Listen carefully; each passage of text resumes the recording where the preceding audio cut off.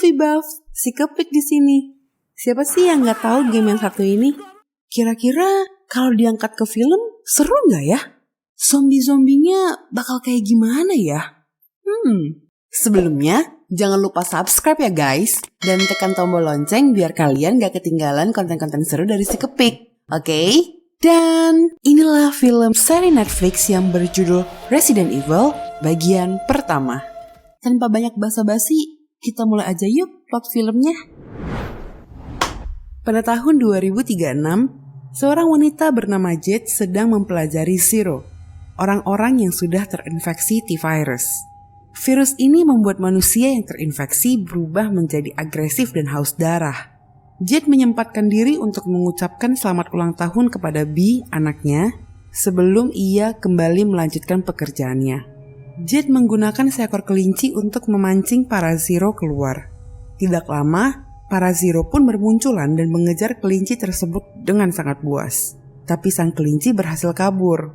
Jade sangat kecewa. Selama 6 bulan ia bekerja, tetap tidak muncul struktur kepemimpinan dalam kawanan Zero yang ia teliti. Jade percaya bahwa T-Virus dapat berevolusi dan membuat Zero kembali bertingkah seperti manusia yang memiliki fungsi otak yang lebih luhur. Jika hal itu terjadi, akan ada pemimpin dalam kawanan Zero dan itulah yang Jade cari. Usai membuat laporan, Jade hendak pergi, tapi tak sengaja tangannya terluka dan berdarah. Bau kelinci tadi pun tergantikan oleh bau darah Jade, dan para Zero langsung beralih mengejar Jade. Jade segera berlari menyelamatkan diri. Sempat beberapa kali tertangkap dan melakukan perlawanan, Jade akhirnya berhasil tiba di tempat berlindungnya dan menekan tombol darurat yang berfungsi untuk mengeluarkan semburan api yang membunuh para Zero. Meskipun selamat, Jade sangat kecewa dan kesal. Hasil observasinya selama ini harus lenyap tak bersisa. Belum sempat Jade menenangkan diri, tiba-tiba ia merasakan getaran di bawah kakinya. Retakan lantai mulai menjalar dan muncullah ulat raksasa yang mengejar Jade. Ia berlari sekuat tenaga dan berusaha berlindung di kolong mobil. Tapi ulat raksasa tersebut berhasil menarik Jade keluar dan menghantamkan tubuhnya ke atas kap mobil sampai ia pingsan. Ulat tersebut bersiap untuk memangsa Jade, tapi tiba-tiba terdengar suara tembakan. Muncul 3 orang bersenjata yang membunuh ulat raksasa tersebut dan mereka mengecek kondisi Jade. Ketika Jade terbangun, Jade sudah berada di sebuah tempat perlindungan.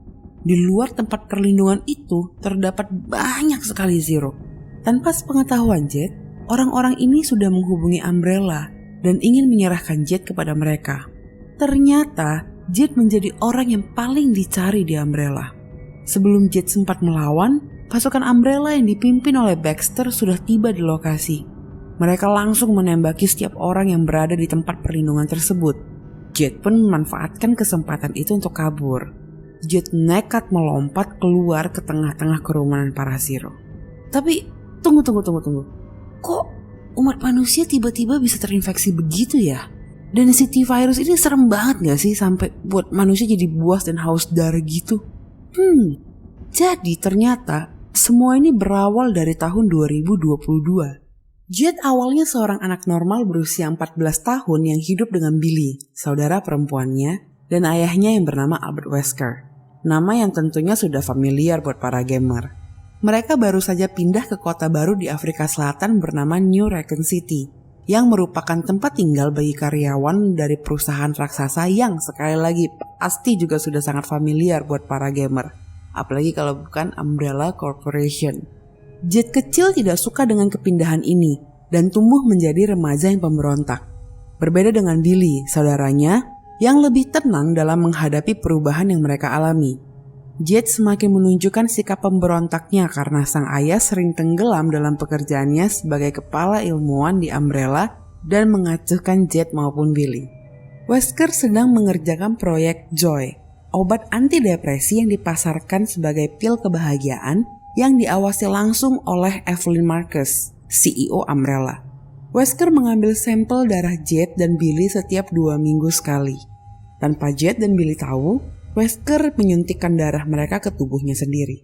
Jade dan Billy menghadapi hari pertama di sekolah baru mereka dengan sangat berbeda. Jade populer dan mudah berteman, sedangkan Billy penyendiri dan malah dibully oleh seorang siswi bernama Tammy. Jet balas menyerang Tammy tapi membuat seolah-olah Billy lah yang melakukan hal itu, supaya murid lain segan dan tidak berani macam-macam dengan Billy. Ayah Tammy menuntut atas apa yang terjadi pada putrinya, tapi Wesker menggunakan pengaruhnya untuk balik mengancam Tammy dan ayahnya. Wesker kemudian berusaha menghibur Billy dengan mengajaknya makan siang di kantornya.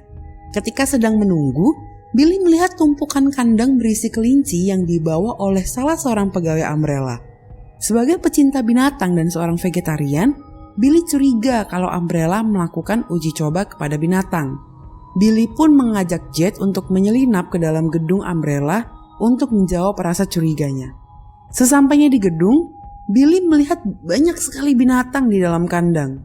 Billy mulai memotret dan mengumpulkan bukti. Saat Billy sedang sibuk memotret, Jet juga penasaran dan membuka komputer di ruangan itu. Jet melihat sebuah file bernama Insiden Tijuana, berisi video yang mengerikan.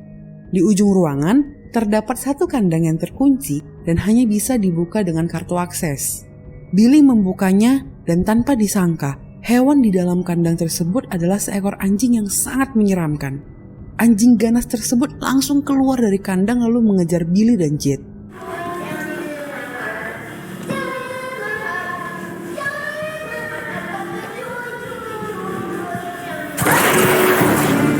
Billy dan Jet berusaha kabur, tapi anjing yang sangat kuat tersebut dapat menerobos pintu besi dan kaca lalu berhasil menggigit Billy.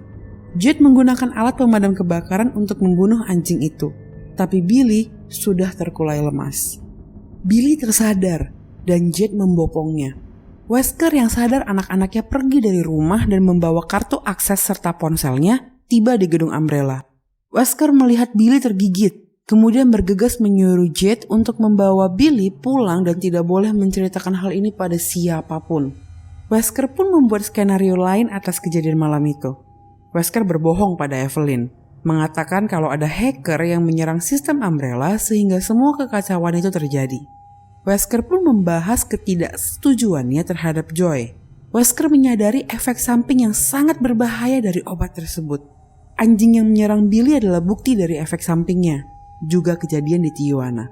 Di rumah, Jet yang panik melihat kondisi Billy mengajak Wesker untuk membawa Billy ke rumah sakit. Tapi Wesker menolak dengan keras dan mengatakan kalau tidak ada yang boleh mengetahui kejadian ini.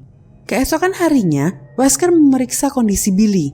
Wesker yang tengah sibuk meneliti darah Billy dan mencari cara untuk menyelamatkan nyawa anaknya, tiba-tiba merasakan sakit yang luar biasa. Seperti biasa, Wesker menyuntikkan darah anak-anaknya ke dalam tubuhnya, dan sakitnya pun reda. Evelyn memanggil Wesker ke kantor untuk membahas peluncuran Joy.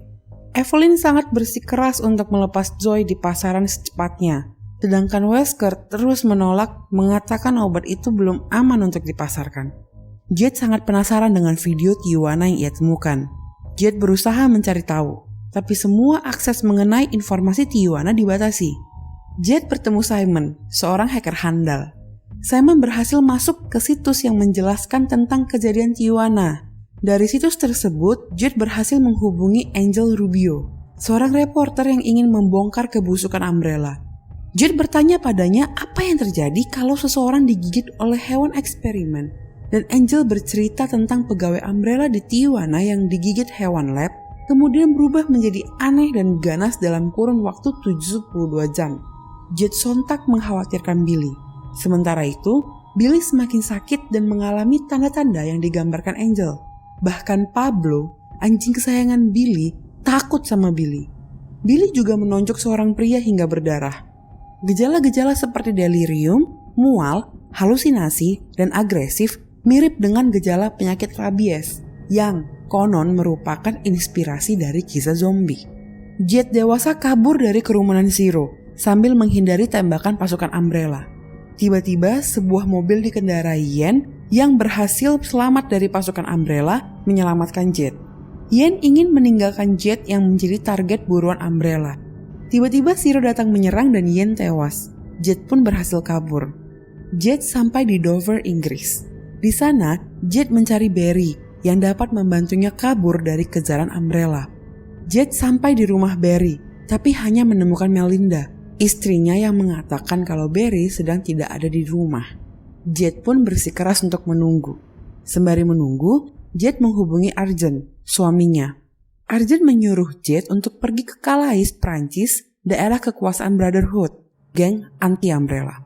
Jade mendengar suara aneh dari kamar mandi dan mendapati Barry sudah berubah menjadi Zero. Jade bertanya apakah suaminya memiliki kontak lain yang bisa membantunya menyeberang ke Calais. Melinda mengatakan kalau kontak tersebut tertulis di buku catatan yang berada di kantong celana Barry. Dengan susah payah, Jade akhirnya berhasil mendapatkan buku catatan tersebut.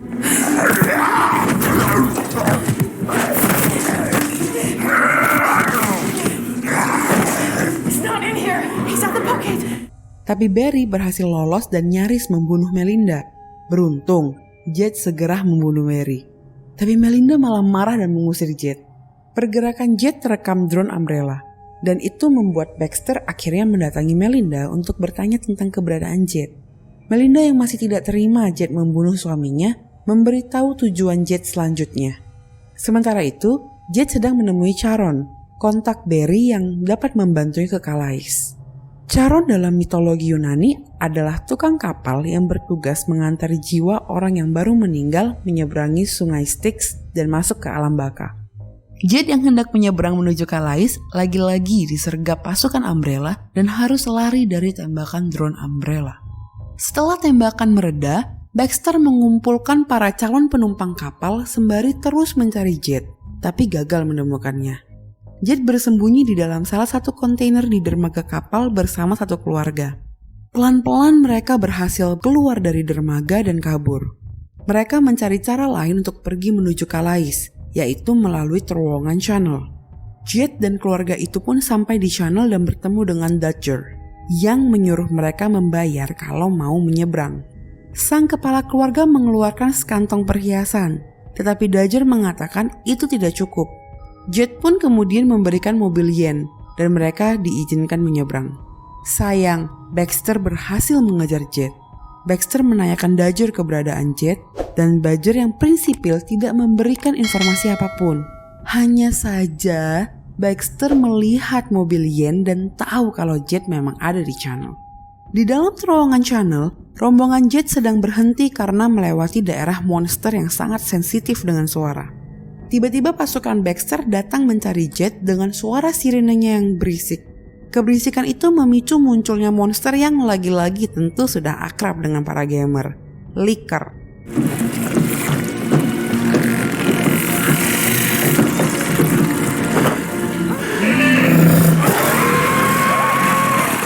Tidak hanya membantai para penyeberang gelap, tapi pasukan Umbrella pun bukan tandingan bagi para kawanan Licker ini.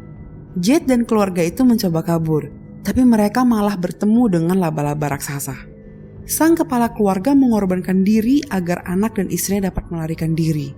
Hanya saja, ini pengorbanannya sia-sia sih. Niat mengalihkan perhatiannya gagal, langsung mati juga tanpa perlawanan. Mendingan sih ikut kabur bareng aja harusnya. Anyway, Jade berhasil membunuh laba-laba raksasa itu, serta memimpin sang ibu dan anak keluar dari terowongan tersebut. Tapi sang istri tidak mau meninggalkan anaknya yang ternyata sudah terinfeksi T-virus.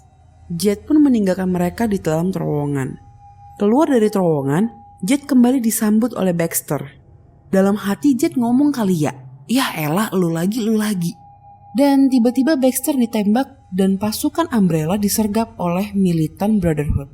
Kembali ke tahun 2022, Jade kecil yang baru saja mendengarkan cerita dari Angel bergegas mengecek kondisi Billy.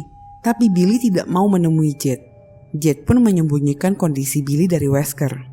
Jade kemudian mengecek laptopnya dan membaca email dari Simon berisi informasi mengenai Tijuana dan T-virus yang menginfeksi pegawai Umbrella di sana.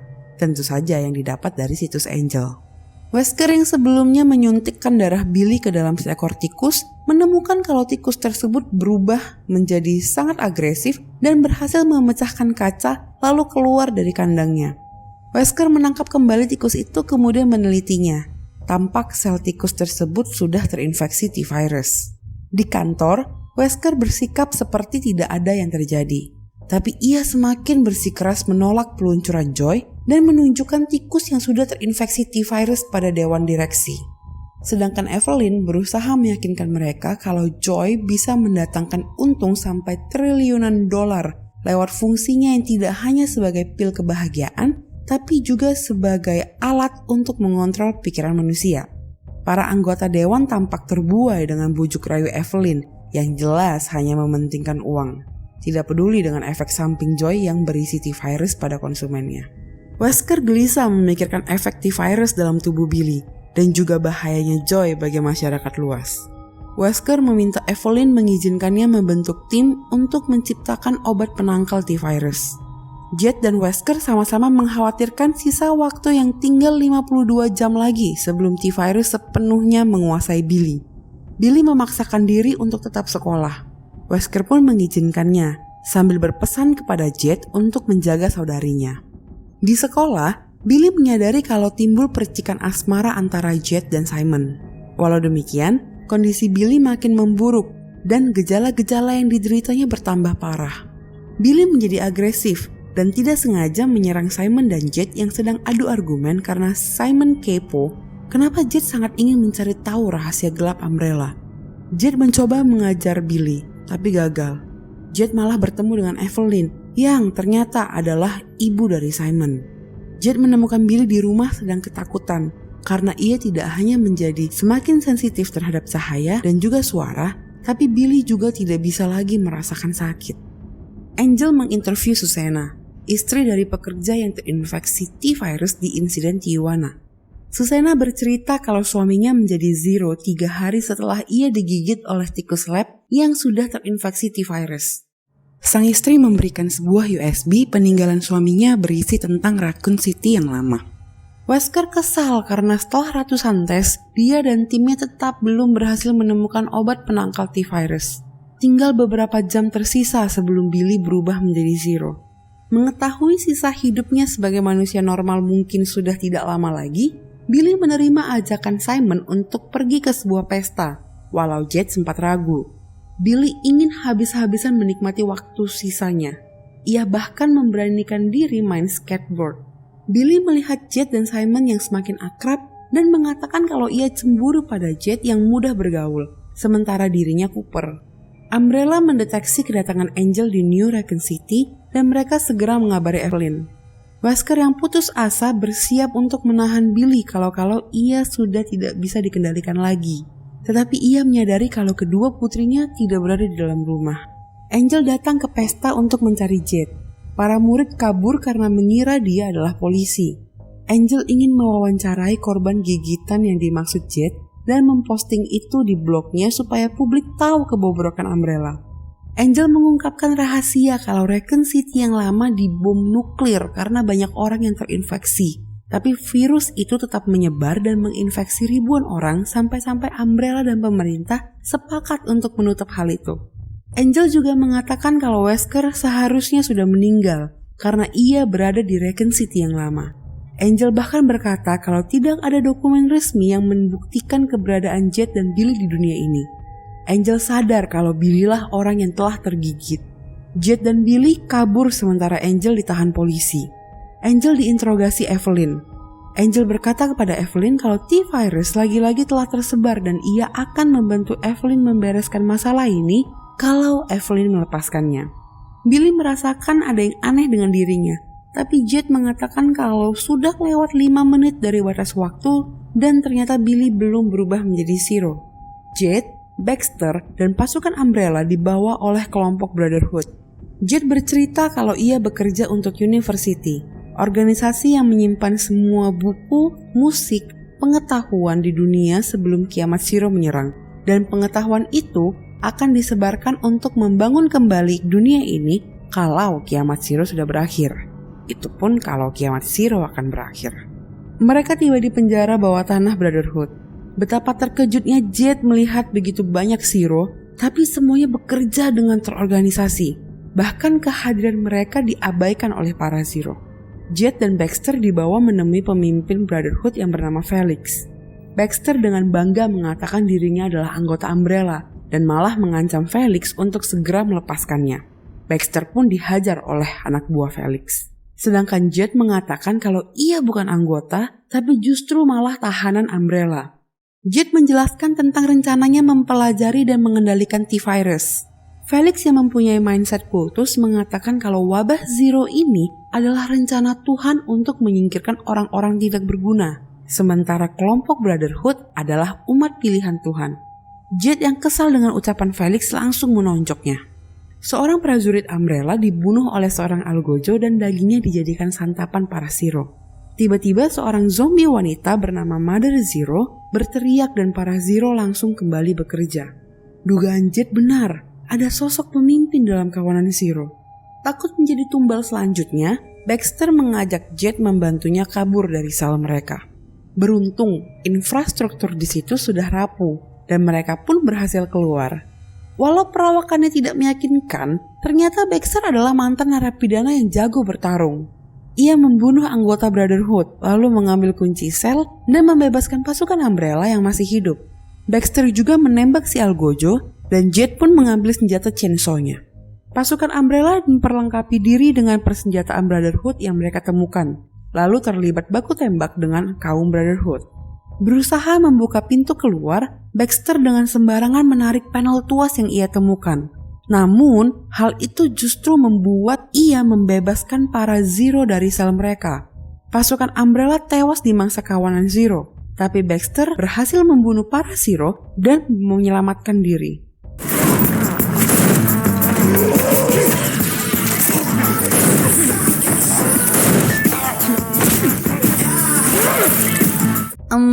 Logis gak sih? Pasukan Umbrella yang lebih terlatih tidak berdaya menghadapi para Zero. Tapi Baxter yang bentukannya kayak gitu tuh malah beraksi bak action hero dengan mudahnya seorang diri mengalahkan kawanan para Zero. By the way, Jet yang penasaran mengisolasi Mother Zero dan mengamati ada benjolan berdenyut di lehernya. Setelah bertarung dengannya, Jet berhasil mengalahkan Mother Zero lalu memenggal dan mengambil kepalanya. Jet terkepung oleh kawanan Zero di suatu ruangan. Awalnya ia pasrah dan bahkan menelpon B untuk mengucapkan salam perpisahan. Tapi tiba-tiba Jet berubah pikiran dan menggunakan granat untuk kabur dari ruangan tersebut. Saat sedang berlari, Jet dikejutkan oleh salah satu Zero, tapi Baxter menyelamatkannya. Jet dan Baxter lari dari kawanan Zero dan berhasil menemukan lorong menuju permukaan. Jet berhasil selamat, tapi Baxter menjadi korban berikutnya dari gerombolan Zero. Jet pun mencapai permukaan, tapi ia disambut helikopter Umbrella. Gimana guys? Filmnya serem gak? By the way ya, kalian sadar gak sih kalau obat Joy yang berisi T-Virus itu adalah metafora untuk sosial media? Joy memberikan konsumennya kebahagiaan semu dan bahkan berfungsi sebagai alat pengontrol pikiran. Ya, gak jauh beda kan sama sosmed? Sering gak sih guys kalian mantengin sosmed, liatin kehidupan artis atau teman-teman kalian yang sukses? Sesaat sih kalian merasa kagum ya, tapi setelah itu kalian malah merasa rendah diri atau kesepian. Atau pernah gak sih kalian ngikutin berita-berita atau hal-hal yang lagi trending tanpa kalian cek lagi apakah berita-berita itu fakta atau cuman hoax? Sangat mudah loh mengontrol opini publik lewat sosmed. So, yuk guys, kita jadi pengguna sosmed yang lebih bijak dan kritis supaya kita nggak jadi kayak Zero yang hanya bisa mengonsumsi dan mudah dikendalikan. Oke, sekian dulu video kali ini. Sampai jumpa di video selanjutnya ya. Dadah!